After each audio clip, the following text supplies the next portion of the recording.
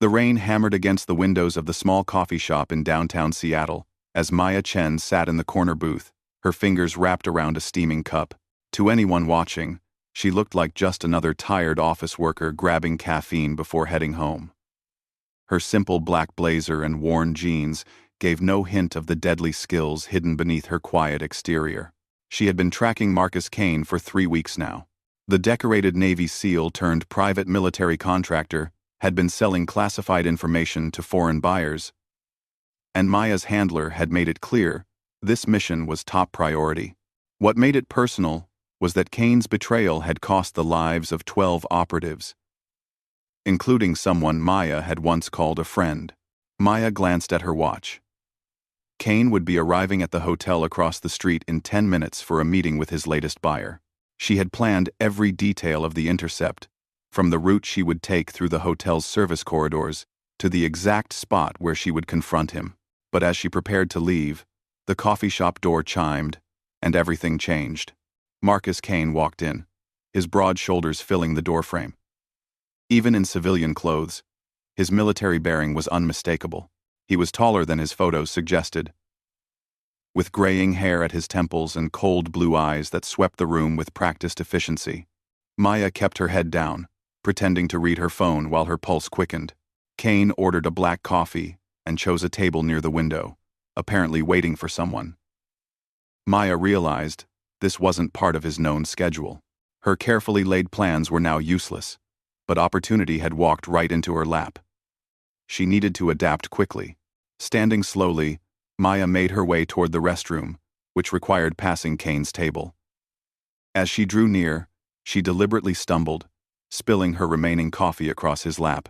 Kane shot to his feet with a curse, his chair scraping loudly against the floor.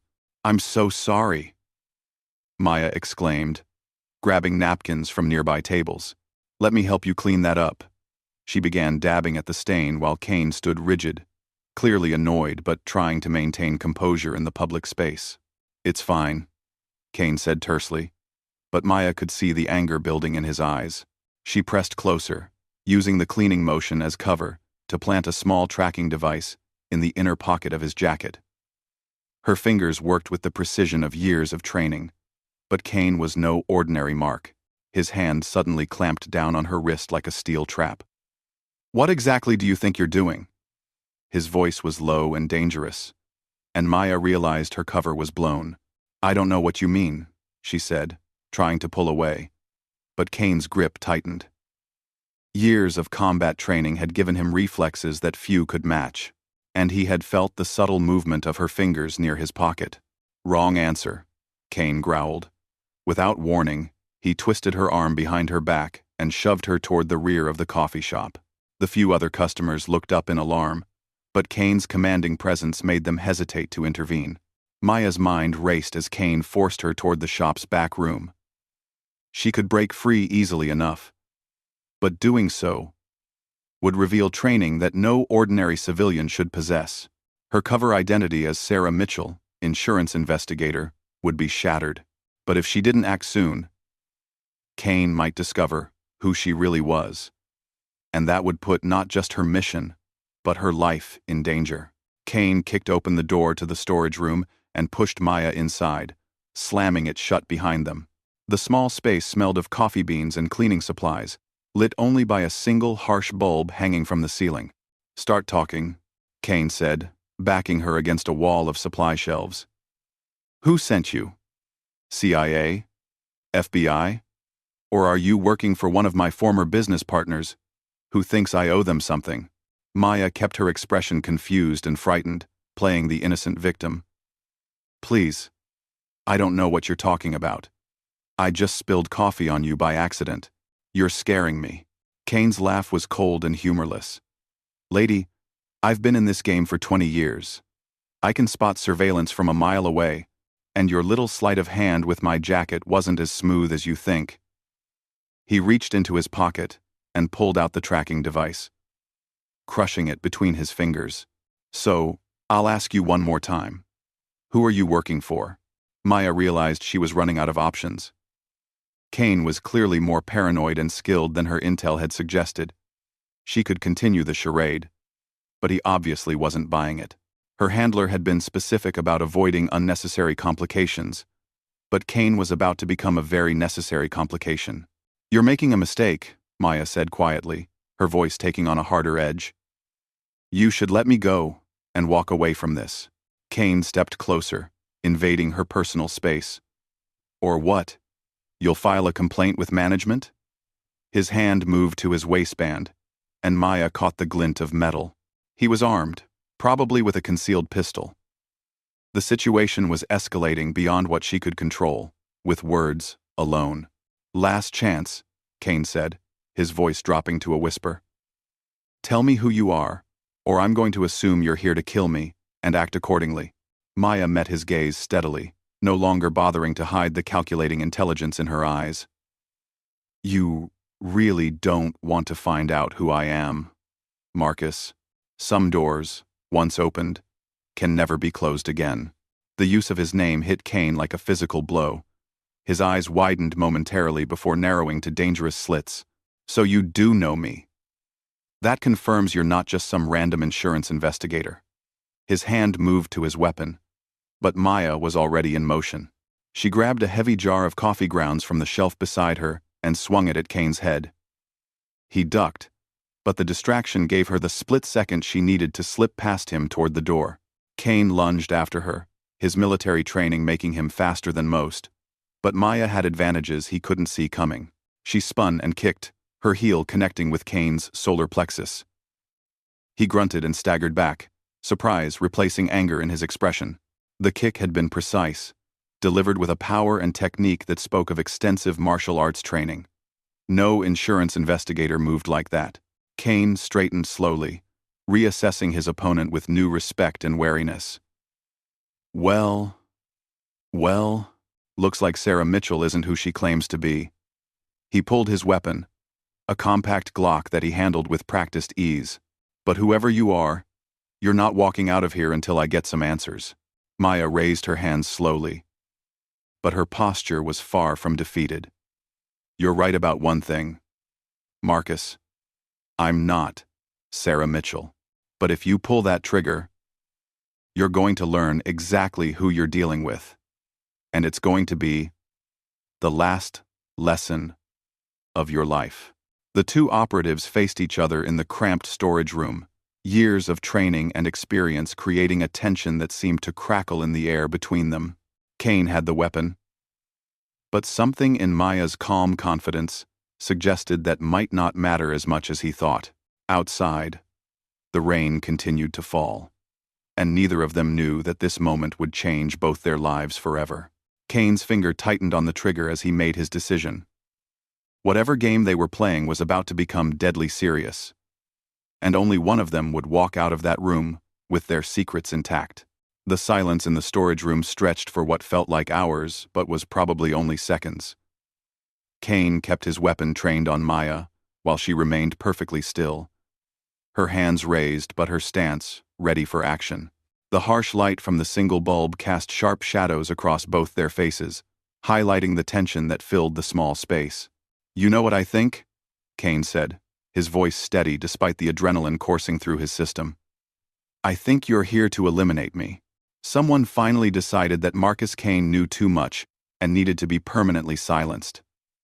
His grip on the Glock remained rock steady, the product of countless hours of training. Maya tilted her head slightly, studying him with an intensity that made Kane uncomfortable. "You're half right. Someone does want you dead, Marcus.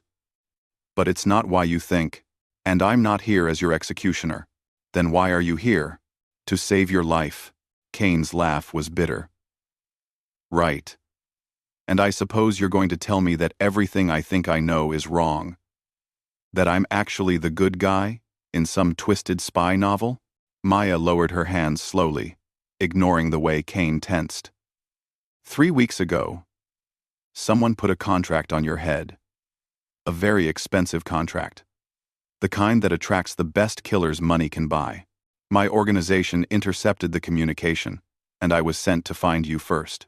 "Your organization," Kane repeated skeptically. "Let me guess. You're with some black ops group that doesn't officially exist." and you're here to recruit me for a mission that will clear my name and restore my honor. Chacted King. Crazy crasses people. Without I wearing some to me. For one ovation, two more lime. Nothing that dramatic, Maya said. I work for people who clean up messes before they become international incidents. You've become a very big mess, Marcus. The question is whether we're going to clean it up with your cooperation or over your dead body. Kane's expression hardened. Is that a threat? It's a reality check. The contract on your life is real. The people who want you dead aren't going to stop because you're hiding in coffee shops in Seattle. And the information you've been selling? It's going to get a lot more people killed if it ends up in the wrong hands.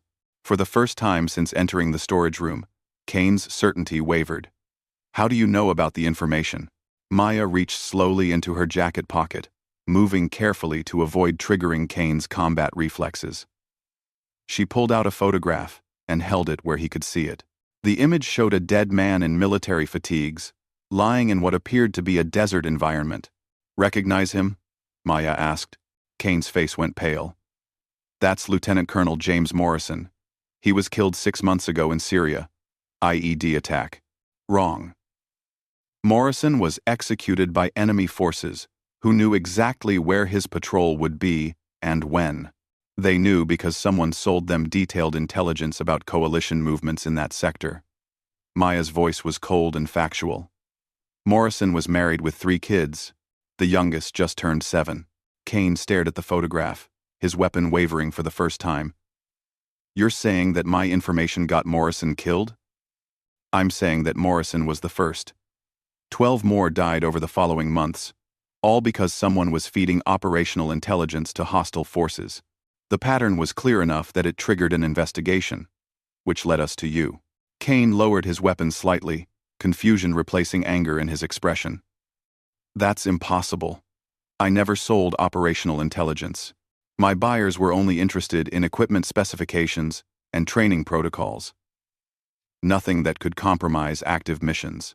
Maya studied his face carefully. Years of training had taught her to read micro-expressions and body language, and everything about Kane's reaction suggested genuine surprise and horror. Either he was an exceptionally skilled liar, or he truly didn't know that his information had led to deaths. Show me what you sold, Maya said. What? You heard me. Show me exactly what information you provided to your buyers. Every file, every document, every piece of data. If you're telling the truth, then someone else is playing a much more dangerous game than either of us realized. Kane hesitated, then holstered his weapon. It's not here. Everything's encrypted and stored in a secure location. But I can tell you that it was all technical data. Weapon specifications, communication protocols, training manuals. Nothing operational. Maya nodded slowly. That's what someone wanted you to think. But technical data can be just as dangerous as operational intelligence if it's used correctly. Communication protocols can tell you when and where units will be vulnerable. Training manuals can reveal tactical patterns that make ambushes easier to plan. But I was careful, Kane protested. I only dealt with buyers who had legitimate research interests. Defense contractors, allied governments, academic institutions. And how did you verify those buyers were who they claimed to be? Kane's silence was answer enough. Maya pulled out her phone and showed him a series of photographs. Each image showed a different person, but they all shared certain characteristics that marked them as professional operatives. These are some of the people who have purchased your information over the past year, Maya explained. They're all working for the same organization, using different identities and cover stories to make multiple purchases. They're not researchers or contractors, Marcus. They're intelligence operatives for a hostile foreign power. Kane sank against the wall, the full weight of what Maya was telling him finally hitting home. My God, I really did get those people killed. Not intentionally. But the result is the same. Maya put her phone away and studied Kane's stricken expression. The question now is what we do about it. We? Maya made a decision that would have surprised her handler. The contract on your life is real, but it's not coming from the families of the people who died. It's coming from your buyers. Number 7. 1. They've gotten everything they need from you, and now you're a liability they want eliminated. Kane looked up sharply. How do you know that? Because they tried to hire my organization to kill you. When we refused, they went to other sources. By our count, there are at least 3 different assassination teams looking for you right now, all highly skilled, all extremely motivated by the substantial bounty on your head. The storage room seemed to shrink around them as the implications sank in. Kane was being hunted by professionals, and Maya was the only thing standing between him and a violent death. So, what do you propose we do? Kane asked. Maya was quiet for a long moment, weighing her options. Her mission had been to locate Kane and assess the situation. Officially, her organization's interest ended there.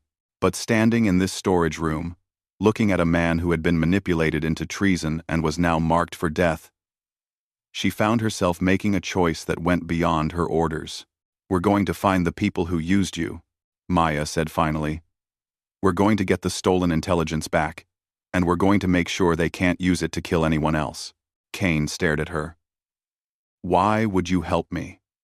According to everything you've told me, I'm a traitor who got good people killed, because you were a weapon that someone else pointed and fired. That makes you a victim too, even if you don't want to admit it. Maya moved toward the door, then paused, but mostly because those 3 assassination teams aren't just hunting you anymore. By approaching you here, I've blown my cover. Now they'll be coming for me too. Kane straightened, his military bearing reasserting itself. Not much. I disabled my tracking beacon before entering the coffee shop. But my organization will expect a status report within the hour. When they don't get one, they'll assume I'm compromised. And the assassination teams, Maya checked her watch. If they're as good as their reputation suggests, they're already moving. We have maybe 2 hours before this area becomes extremely dangerous. Kane nodded, falling into the tactical mindset that had kept him alive through multiple combat deployments. Everything you have on your buyers, real names, contact methods, meeting locations, financial arrangements, everything. Maya opened the storage room door and peered out into the coffee shop. The few customers had left, probably disturbed by the commotion earlier. And we need to move right now. As they prepared to leave the coffee shop together, neither Maya nor Kane realized that their conversation had been monitored. In a van parked 3 blocks away, a woman in tactical gear lowered her headphones and smiled coldly. Target acquired, she spoke into her radio. Both targets are moving. Together. Engaging. As planned, the hunt was about to begin, and the stakes had just gotten much higher than either Maya or Kane could imagine. Maya and Kane slipped out the back exit of the coffee shop into the alley behind the building. The rain had intensified, creating a curtain of water that would help conceal their movements, but also limit their visibility. Maya pulled up the hood of her jacket and gestured for Kane to follow her toward the street. My safe house is 6 blocks from here, she said quietly. We can review your files there and plan our next move. Kane nodded, but something in his expression made Maya pause. Years of reading people had taught her to recognize when someone was holding back information. What aren't you telling me? She asked. Kane glanced around the alley nervously. The files aren't at my place. I've been keeping everything in a storage unit across town. After what happened to Morrison and the others, I started getting paranoid about security. That's actually smart. But it means we'll have to travel across the city while people are actively hunting us. Maya pulled out her phone and checked for messages. Nothing yet, but that would change soon. How far is the storage facility? About 20 minutes by car. But I don't have a vehicle here. Maya smiled grimly. That's not going to be a problem. She led him to the mouth of the alley and pointed to a black sedan parked across the street. See that car? The driver has been sitting there since before I entered the coffee shop. He's either the world's most patient customer or he's surveillance. Kane studied the vehicle, his military training automatically cataloging details. Tinted windows, engine running. Driver hasn't moved in over an hour. Definitely surveillance. But how does that help us? Because we're going to take his car. Before Kane could protest, Maya was already moving. She crossed the street with casual confidence, approaching the sedan from the driver's blind spot. Kane followed reluctantly, wondering if he had just allied himself with someone as dangerous as the people hunting them. Maya knocked on the driver's window with a friendly smile. When it rolled down, revealing a surprised man in his 30s with a communications earpiece, her expression didn't change. "Excuse me," she said politely. "I think you dropped this." She held up a small electronic device that Kane didn't recognize. The driver leaned forward to get a better look, and Maya's hand shot through the window like a striking snake. She pressed a specific point on his neck, and the man slumped unconscious over the steering wheel. "Pressure point technique," Maya explained as Kane stared in shock. "He'll wake up in about 20 minutes with nothing worse than a headache." She opened the driver's door and pulled the unconscious man from the vehicle, propping him against a nearby building where he would be relatively safe from the rain. "You just assaulted someone," Kane said. "I neutralized a hostile operative who was conducting surveillance on us. There's a difference." Maya climbed into the driver's seat and started checking the car's equipment. Professional-grade communication system, encrypted radio, and look at this.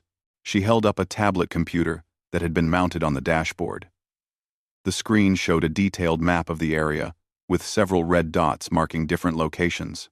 "They know where we are," Kane said, leaning over her shoulder to study the display. "Where we were," Maya corrected. "These dots show the coffee shop, my safe house, and what I'm guessing is your apartment. They've been tracking both of us for longer than I thought." Kane pointed to one of the dots on the screen. "That's my storage unit. They know about it." Maya studied the map more carefully. "Actually, I don't think they do. This dot is marking a residential address about 2 miles from your storage facility. They have incomplete information. Or they're setting a trap. Maybe. But we still need those files if we're going to identify who's behind this." Maya pulled into traffic, keeping her speed casual to avoid attracting attention. "Tell me more about your buyers. How did they first contact you?" Kane settled into the passenger seat, his mind working through the memories. "It started about 18 months ago. I was approached at a military contractors conference in Washington. A woman named Elena Vasquez claimed to represent a European Defense Research Consortium. She was knowledgeable, professional, and offering very good money for technical specifications." "What did she look like?" "Brunette. Maybe 5 to 6. European accent. Mid-30s. Very attractive. She knew enough about military technology to ask intelligent questions, so I assumed she was legitimate."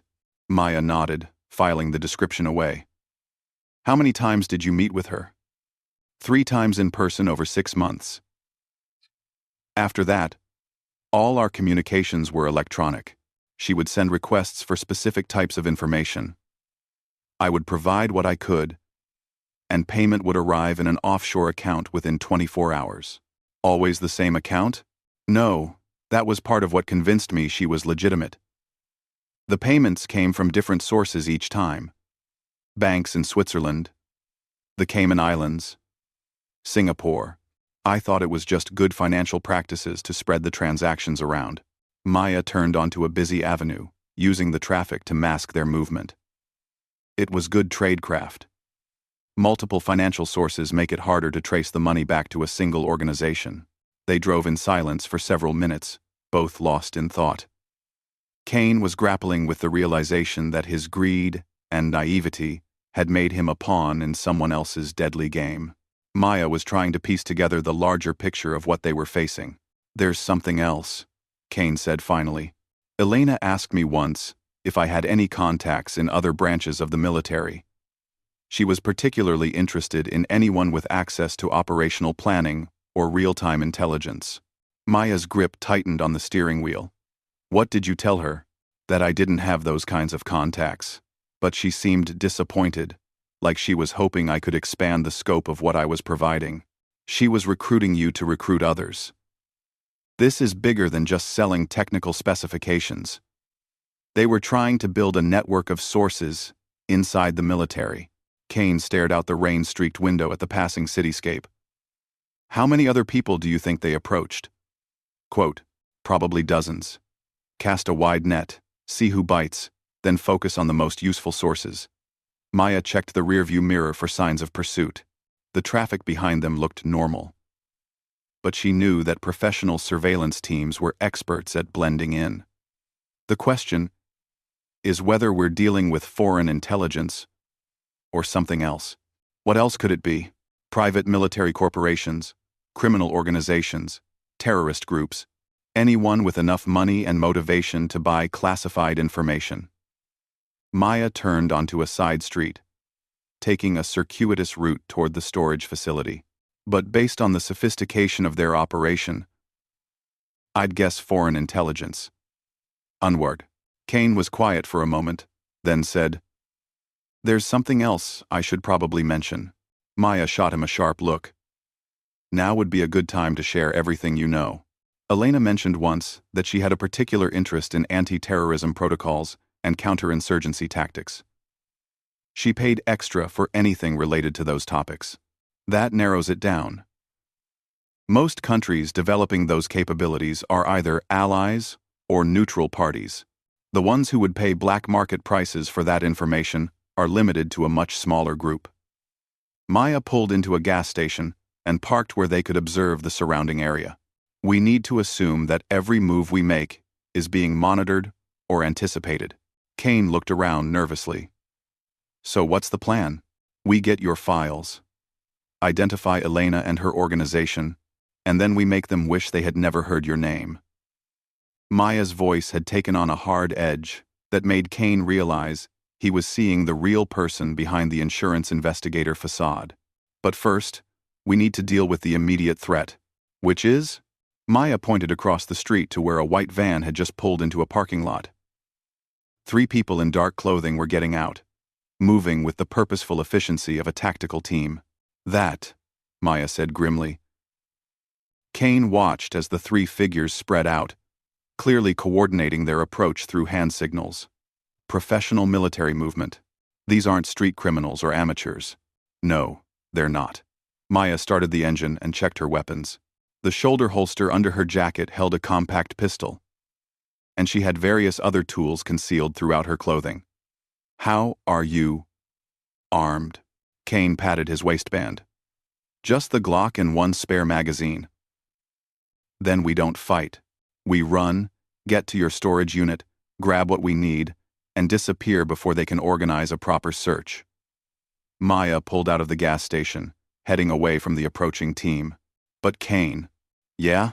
When this is over, when we've identified the people behind this and neutralized the threat, you're going to have some very serious conversations with people who take national security very seriously. Kane nodded grimly. I know, and I'll face whatever consequences are coming. But right now, I just want to make sure no one else dies because of my mistakes. Maya glanced at him with something that might have been approval. Then let's go get those files and finish this. As they drove toward the storage facility, both of them knew that the next few hours would determine whether they lived to see the people responsible for the deaths brought to justice, or whether they would become the latest casualties in a shadow war that most people never even knew existed. Behind them, the 3-person team was already coordinating with other units, spreading a net across the city that was designed to ensure that neither Maya nor Kane would escape alive. The hunt had begun in earnest, and the stakes couldn't be higher.